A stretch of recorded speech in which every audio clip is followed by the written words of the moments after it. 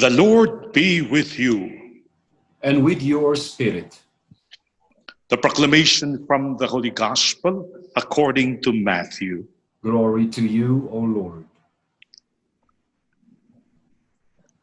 At that time, Jesus exclaimed, I bless you, Father, Lord of heaven and earth, for hiding these things from the learned and the clever, and revealing them to little children.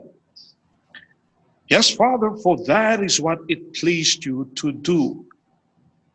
Everything has been entrusted to me by my Father, and no one knows the Son except the Father, just as no one knows the Father except the Son, and those to whom the Son chooses to reveal him. Sisters and brothers, the Gospel of the Lord. Praise to you, Lord Jesus Christ. In the Gospel reading of today, Jesus speaks to his Father and reveals to us a secret, that the Father is not so happy with those who feel they know everything because they could not anymore be taught. Jesus comes as a rabbi, but he comes with a different authority of one who does not take up his authority from others, pero speaks with his very own authority. Alam mo, ang katagang Pharisees actually pala means elite. And for someone to be called a scribe, that would mean someone who is knowledgeable about the law, someone who has studied well, someone who is learned. Okay lang yun. The only problem is they begin to have an attitude of knowing it all. Hindi na sila pwedeng turuan. And they look at everyone else in Israel as ignorant, as people who have nothing to teach them because they are not as learned as they are.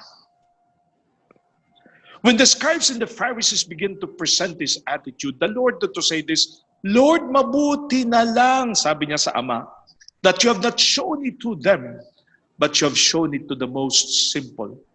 Those who feel they need still to be taught. Those who know they do not know. Those who are willing to learn. When someone cannot anymore be taught, when someone begins to feel, I know it all, and if that person is a leader, diretsahan na, time to step down. A true leader remains to be open despite of what he has known.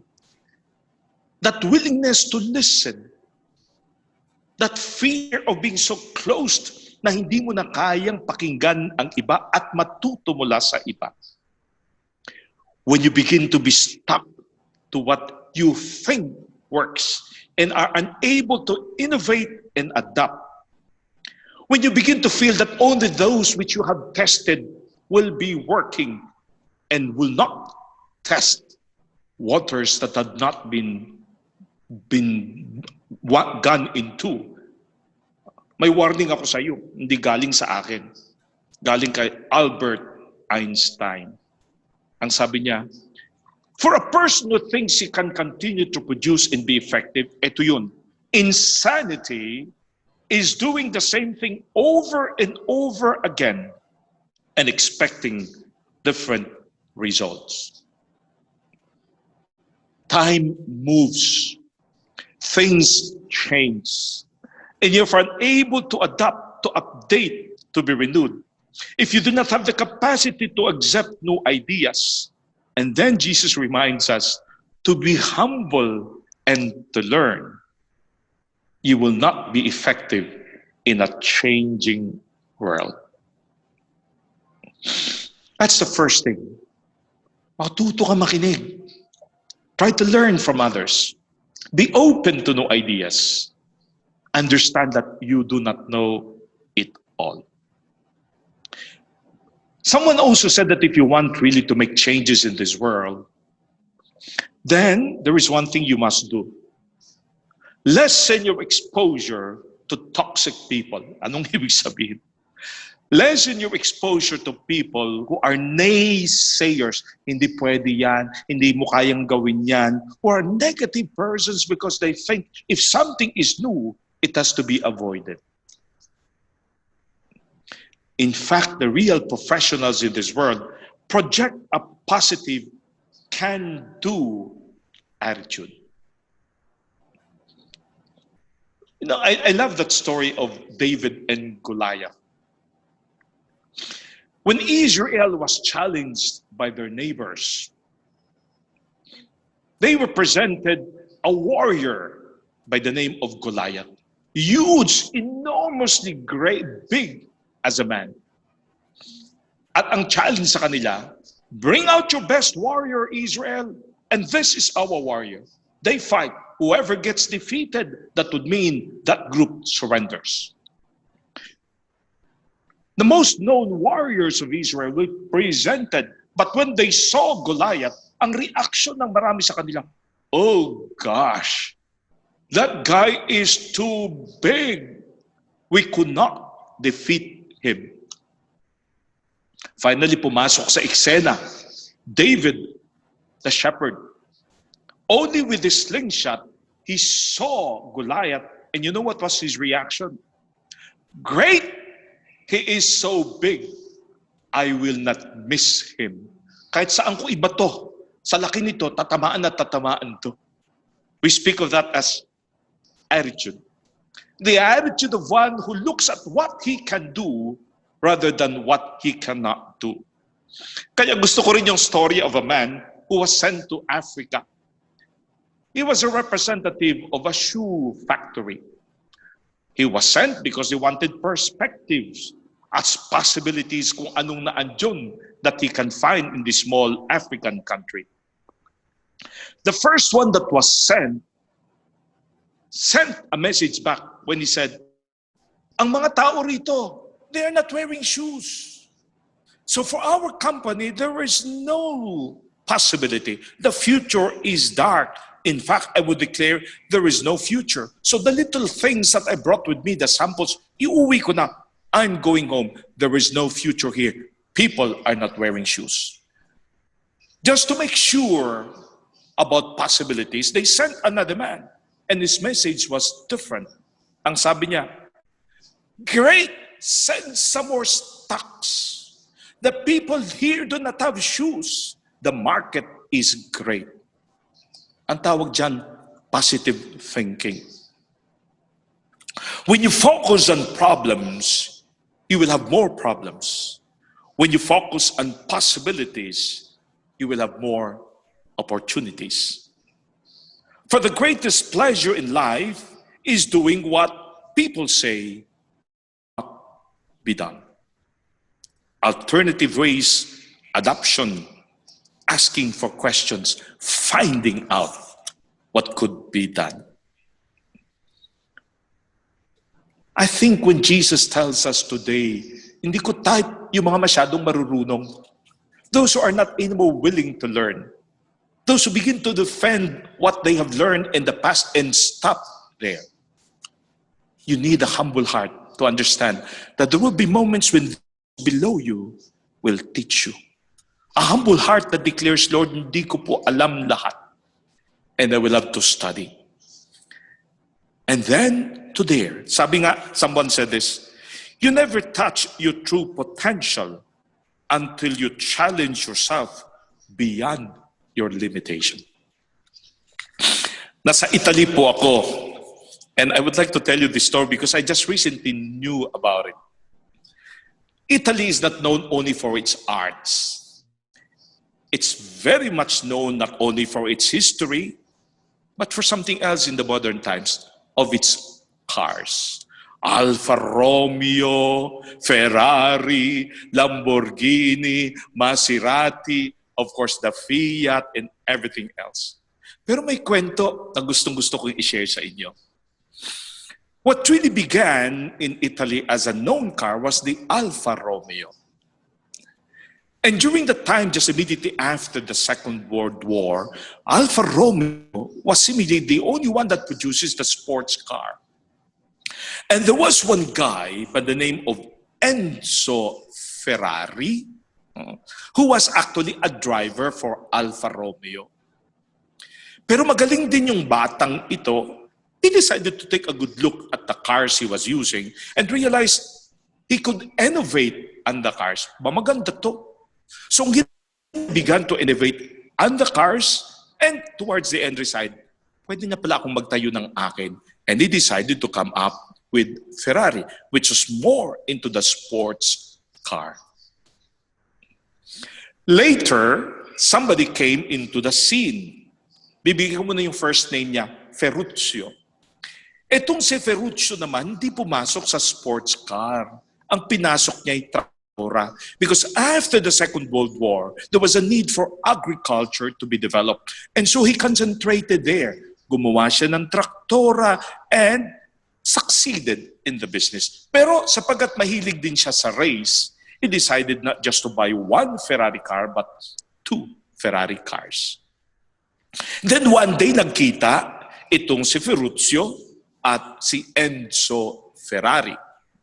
And so, Ferruccio told this guy who is 18 years his senior and was very much ahead sa business ng mga cars, sa kanya traktora, na, alam mo, I bought two cars from you, Ferrari. Kaya lang sabi niya, feeling ko, yung brake is not strong enough for the kind of cars that you are producing. Kasi your cars are powerful, they are sports car, but the brakes are not that big and strong. Ang reaksyon ni Enzo Ferrari was, ang problema is not my brakes. Ang problema is hindi ka marunong mag-drive ng aking Ferrari. At ano naman ang karapatan mo na sabihan ako, with all you know what to drive are tractors. Kung ang binibenta mo lamang ay tractors at heaters, dun ka lang. Don't tell me what to do. That could have turned off another person. Ang reaction ni Ferruccio, umuwi sa bahay, got in touch with all the young, bright minds of his time. People who had passion for cars and decided to build a sports car that in the end will please him. Ang pangalang buo ni Ferruccio is Ferruccio Lamborghini. Ang kanyang naging challenge was when he was told he was not good at what he was doing. And it became for him a chance to say, yes, I can do it too. Kaya ngayon, alam nyo, ang logo ng Enzo Ferrari, ang Ferrari car, is a prancing horse. At ang logo ni Ferruccio Lamborghini is a raging bull, trabaho sa field. But now he can say, with my Lamborghini cars, I can say we are as elegant and as classic, as classy as the Ferraris of Enzo. My dear friends, brothers and sisters, the secret of this guy, Ferruccio at Lamborghini, was hindi siya nagtiyaga sa kakayanan niya. Nagtanong siya. He began to find out the best minds of his time. He began to gather all of these people and then work with them to come up with a car that in the end will make him happy. Dear friends, someone said this, rise above your limitations and fears that you may rise above your peers. Gusto ko yon. No? Sapagat ang sabi nila, when it rains, most birds head for the shelter. Only the eagles, and only this eagle, the bird, eagle, that in order to avoid the rain, starts flying above the clouds. Rise above others by being humble firstly, by studying, by listening, by not feeling you know it all. That's the way Ferruccio Lamborghini is now one of the best knowns in the sports industry. Final word. Sabi nila, alam niyo po, being challenged in life is inevitable. Even as you may try something, in the end, it may not be successful. But being challenged in life is inevitable. Being defeated is an option. I end with a story of somebody you know. When the father of this man died, he was forced out of the house together with the mother. He decided to find a job and lost the job. He decided to go into business and failed in the business. In 1836, this guy had a nervous breakdown. He decided to politics and got defeated as a speaker for Illinois. He decided to go for Congress and got defeated for nomination in Congress. He won, but then lost in the re-nomination. He decided to enter the Senate, lost in the Senate. He decided nominated as vice president, lost in the nomination. He decided to go again for Senate, lost in the Senate.